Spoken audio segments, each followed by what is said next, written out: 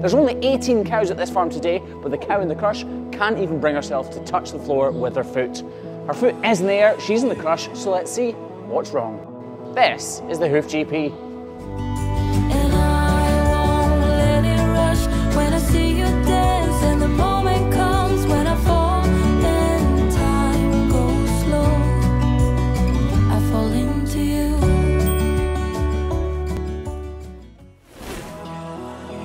So it's this foot here that's causing all of the issues. And for me, as a professional hoof trimmer who sees things like this all the time, I'm almost certain I know what the problem is. Question is, do you?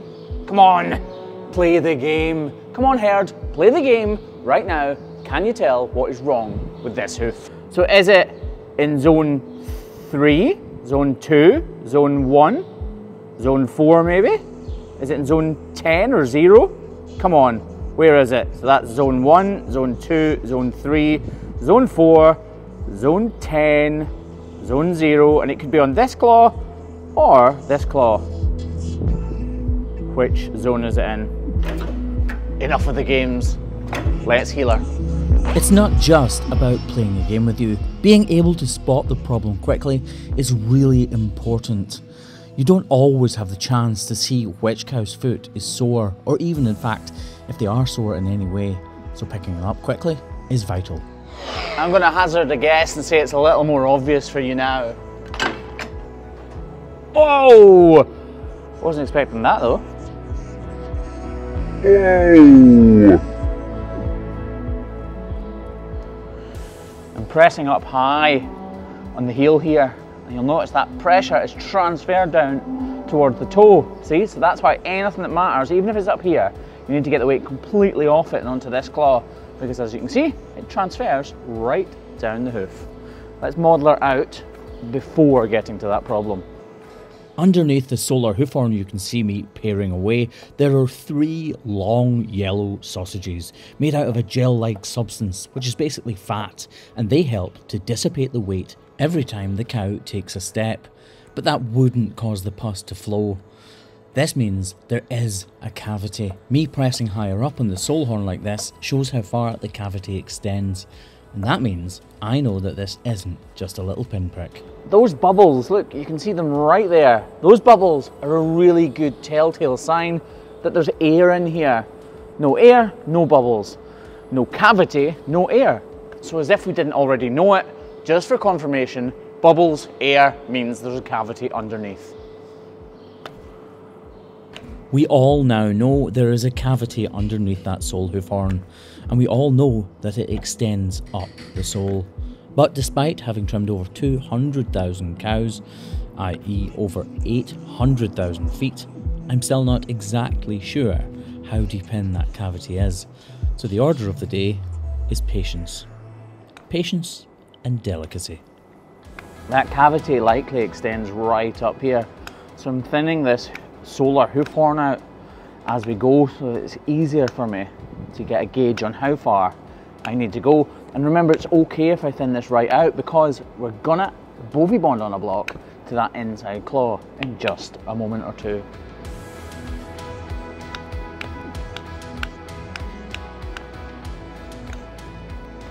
It's likely there will be a little claret inside this cavity, so I will pre-warn you.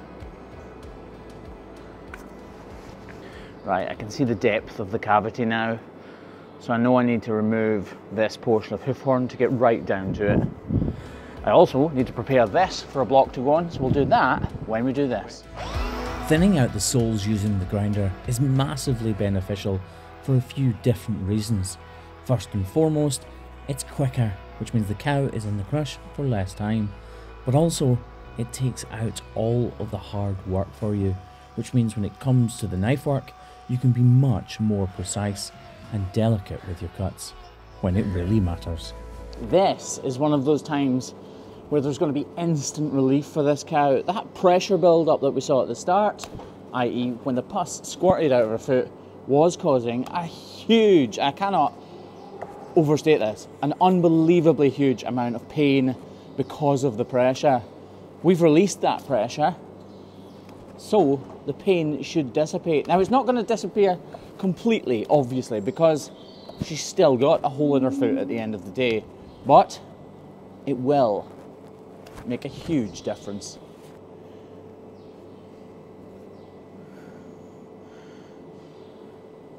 We're working our way up this cavity slowly because we don't know how far it extends, but as I'm pulling like that, you can see it coming away from the interior of the foot right down this ridge.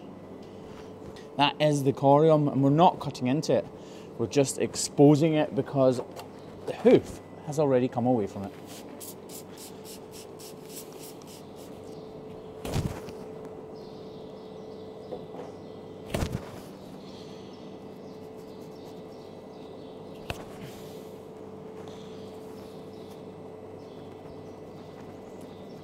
I'm careful because I'm scared that if I go too far, I'll hurt her. And that's the last thing I want to do.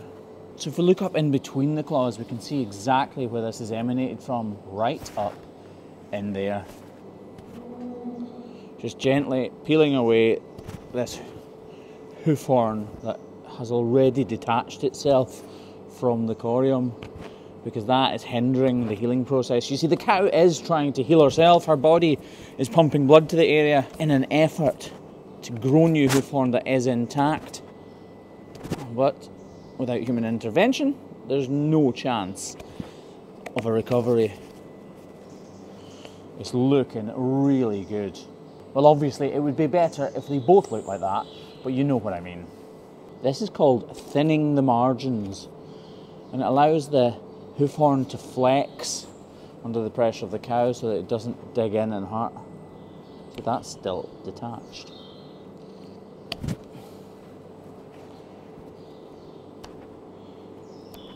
And I'd say that is about that.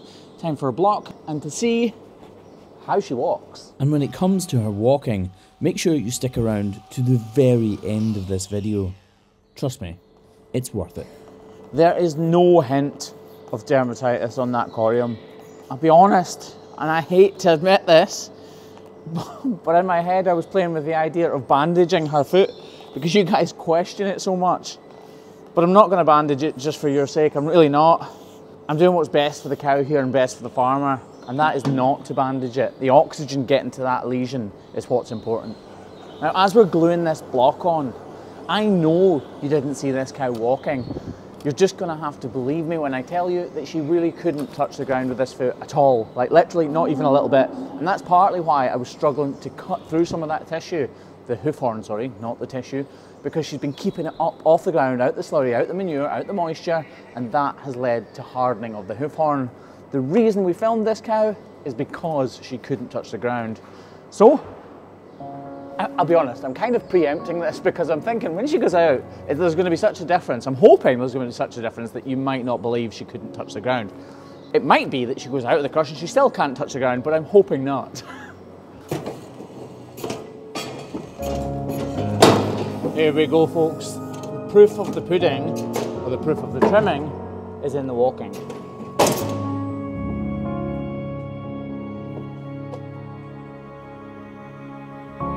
We'll give her a second. She knows it's sore. Still not wanting to touch the ground. I know she's walking terribly. This is not a cow walking without any pain, but it is a cow who's walking much better than she was 5 minutes ago. We've been rooting around in her foot, kind of. We've just been touching her foot, which for a cow like that isn't good. If you've got anything even remotely close to that, I really feel for you, because there are people watching this who are in a huge amount of pain for different things related, probably not to do with hooves, but to do with something with their anatomy. And if I was to touch it or play with it or do anything without even cutting into it, it would probably hurt. This has been the Hoof GP, and that lovely cow has been cow 4715, who hopefully now, who is now well on the road to recovery. Thanks for watching, folks, and hopefully we'll see that cow again very soon. Ciao for now. Okay, so we're just packing up and Craig shouts, "Hey, look at cow 4715 walk now."